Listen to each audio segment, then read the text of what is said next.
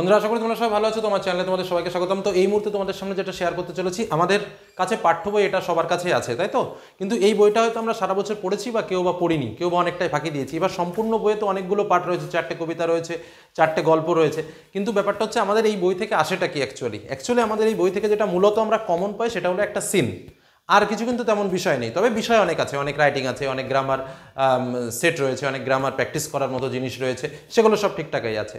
কিন্তু মূলত আমরা কমনটা পাই এই বইটা থেকেই। একমাত্র ইংরেজিতে যদি কমন বলে কিছু থেকে থাকে তাহলে কিন্তু এই বিষয়টা থাকে, যেটা আমরা পাঠ পড়ে পাই। আর বাদ বাকি সমস্ত কিছুই কিন্তু আমাদের নির্ভর করতে হয় বিভিন্ন প্র্যাকটিসের ওপরে। এটাই তো হলো মূল কথা।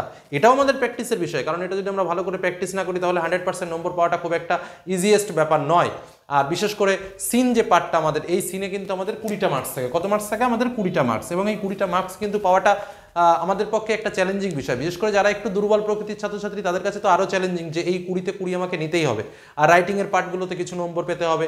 তারপরে বিভিন্ন চালাকিগুলো আছে, সেগুলো নিয়ে আর আমি আলোচনা করছি না। আমি যেটা মূল বলতে চাইছি যে তোমাদের মধ্যে আজ আমি কিছু কিছু অংশ বলছি, এই অংশগুলো তোমরা প্র্যাকটিস করেছো কিনা সেটা একটু মিলিয়ে নেবে। আর যদি প্র্যাকটিস করে থাকো তো ঠিক আছে, আর যদি না প্র্যাকটিস করে থাকো ইমিডিয়েটলি হাতে যেটুকু সময় আছে সেটুকু সময় এই প্র্যাকটিসগুলো করো। কি কি আমি তোমাদের বলে দিই। দেখো, সিনের ক্ষেত্রে আমাদের এবছর the kite, our runway kite, the passing away of Bapu, এটা হচ্ছে প্রোজের ক্ষেত্রে এই 3টে, এবং পোয়েমের ক্ষেত্রে দ্য স্নেল, সি ফেভার এবং ফেবল, এই 3টে কিন্তু ইম্পর্টেন্ট আছে। এই পোয়েম থেকে আমাদের 8 মার্কের প্রশ্ন আসবে, এই প্রোজ থেকে আমাদের 12 মার্কের প্রশ্ন আসবে। এই 12 মার্কের প্রশ্নের মধ্যে আমাদের এমসিকিউ, আমাদের এসএ কিউ, আমাদের 2 মার্ক কোশ্চেন, এই পার্টগুলো কিন্তু আমাদের থাকে। এমসিকিউ এবং এসএ কিউ মিলে মূলত আমাদের 8 মার্ক, এবং 2 মার্কের কোশ্চেন আমাদের দুটো, মোট 4 মার্ক। আর এই 8 মার্কের মধ্যে আমাদের 4 মার্ক হচ্ছে আমাদের এমসিকিউ কোশ্চেন, আর 2 মার্কের কোশ্চেন হচ্ছে দুটো, মোট হচ্ছে 4 মার্ক। এই হচ্ছে আমাদের মোট 8 মার্কের প্রশ্ন পোয়েম থেকে আসে। এবার দেখো, স্বাভাবিকভাবে এমসিকিউ এবং এসএকিউ কোশ্চেনগুলোর জন্য কিন্তু এই প্যাসেজগুলো একটু জেনে রাখা খুবই দরকার, কারণ এটা খুবই ইজিয়েস্ট মেথড। 2 মার্কসের কোশ্চেনের ক্ষেত্রে একটা চালাকি অবশ্যই রয়েছে, যে প্যাসেজটা আমরা আনসিনের মতো করেও প্র্যাকটিসটা করতে পারি। কারণ কোনো প্রশ্ন দিল, সেই প্রশ্নের উত্তরটা কি আমরা প্যাসেজেই খুঁজে পেয়ে যাব, এবং প্যাসেজ থেকে আমরা উত্তরটা দেখে দেখে লিখব। যেমন করে আমরা আনসিন প্র্যাকটিস করে থাকি, বা যেমন করে আমরা আনসিনের উত্তর লিখি, আমরা যদি সেটুকু প্র্যাকটিস না করি আমরা ঠিক সেভাবে সিন থেকে দেখে দেখে লিখতে পারবো। আমরা এমসিকিউ এসিকিউ লিখতে পারবো, কিন্তু সেক্ষেত্রে যদি জানা থাকে অনেকটা সুবিধা হয়। এবার আসা যাক মূল সাজেশন পর্বে, বা মূল কোন জিনিসগুলো আমার দরকার।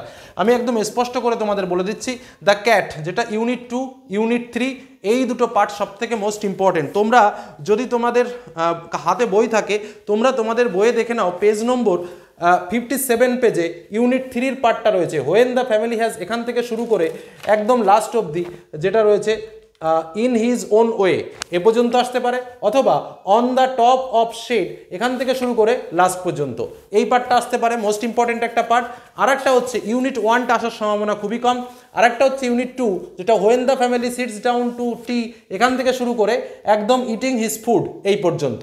কি বললাম, বোঝা গেল? অর্থাৎ মূল কথা যেটা, ইউনিট 2 এবং ইউনিট 3, এই দুটো পার্ট তুমি ভালো করে পড়ো।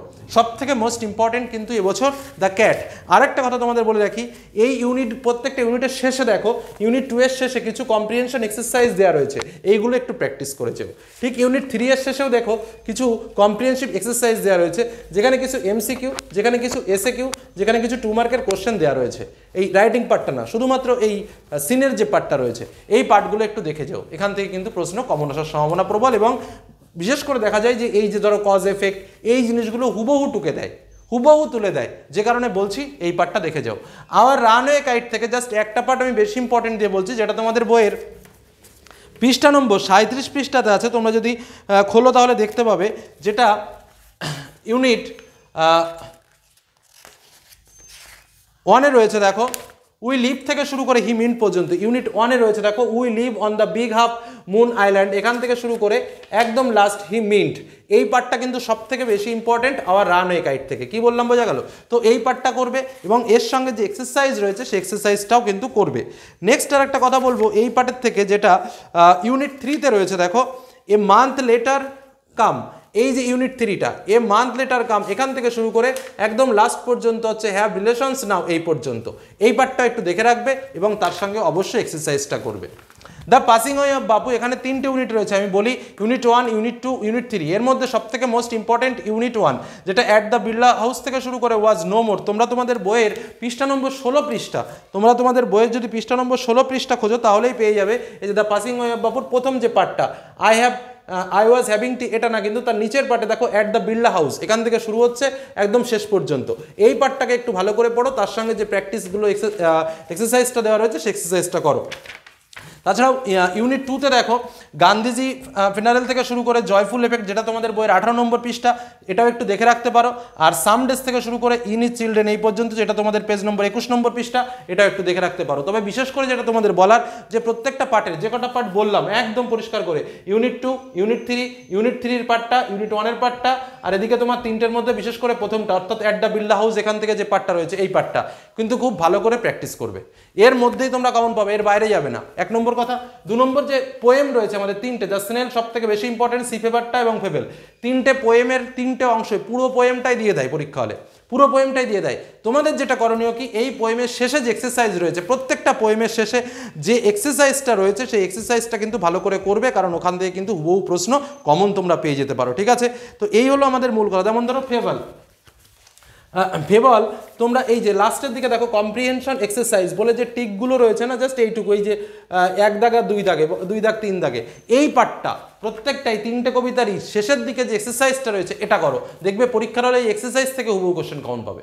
কি বললাম বোঝা গেল? তাহলে কি বললাম, পোয়েম থেকে এই 3টে এবং তার এক্সারসাইজ, এবং প্রোজ থেকে এই 3টে এবং তার এক্সারসাইজ, যে যে অংশগুলো বললাম সেই অংশগুলো ভালো করে দেখে যাও, পরীক্ষায় এর মধ্যে কমন পাবে নিশ্চিত, সিন নিয়ে আর কোনো টেনশন থাকার কথা নয়। ওকে, ধন্যবাদ।